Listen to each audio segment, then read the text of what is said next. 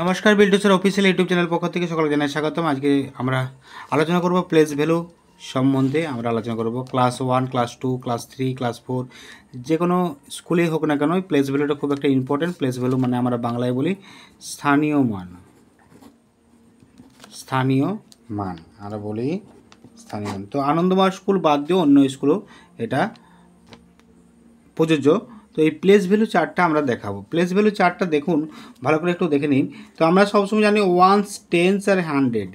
Once, tense আর 100 ধরুন আমরা যদি করি 133 আছে, 133 আমরা যদি এই ফরম্যাটে আমরা বসাই তাহলে 3টা হচ্ছে ওয়ান্স আর 3টা টেন্স আর 1টা হচ্ছে 100। তো এইখানে যদি বলা হয় 3 প্লেস ভ্যালু কি বা 1-এর প্লেস ভ্যালু কি, 1-এর প্লেস ভ্যালু হলে 1 আর এই বাকি যে সংখ্যাগুলো আছে 0 হয়ে যাবে। তাহলে 1-এর প্লেস ভ্যালু কি 100। তাহলে 133 প্লেস ভ্যালু কত আছে 100 হবে। ধরুন এখানে দেওয়া আছে 7-এর প্লেস ভ্যালু কত হবে।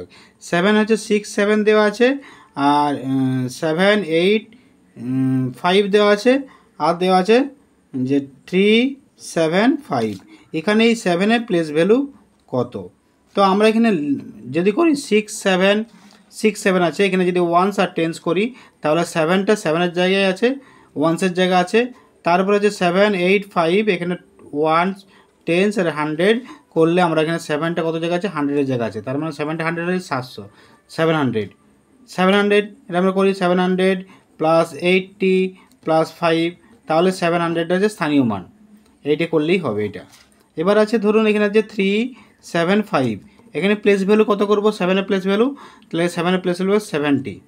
তো এখানে যদি আমরা ওয়ান্স করি আর টেন্স করি এটা 100 করি তাহলে 7-এর প্লেস ভ্যালু হবে 70। এই হচ্ছে প্লেস ভ্যালু। এই প্লেস ভ্যালুটা অনেকেই বুঝতে পারেনি, যাক আমি বুঝিয়ে দিলাম। অবশ্যই ভিডিওটা লাইক করবেন, কমেন্ট করবেন, শেয়ার করবেন আর বিল্টুসের অফিসিয়াল ইউটিউব চ্যানেলের পাশে থাকবেন। পরবর্তীতে আপনাদের অবশ্যই সাহায্য লাগবে বিল্টুসের অফিসিয়াল এবং বিল্টুসের study channel. Tata bye bye, আবার দেখা হবে পরবর্তী ভিডিওতে। যদি কোনো এরকম প্রশ্ন থাকে আমাকে অবশ্যই জানাবেন।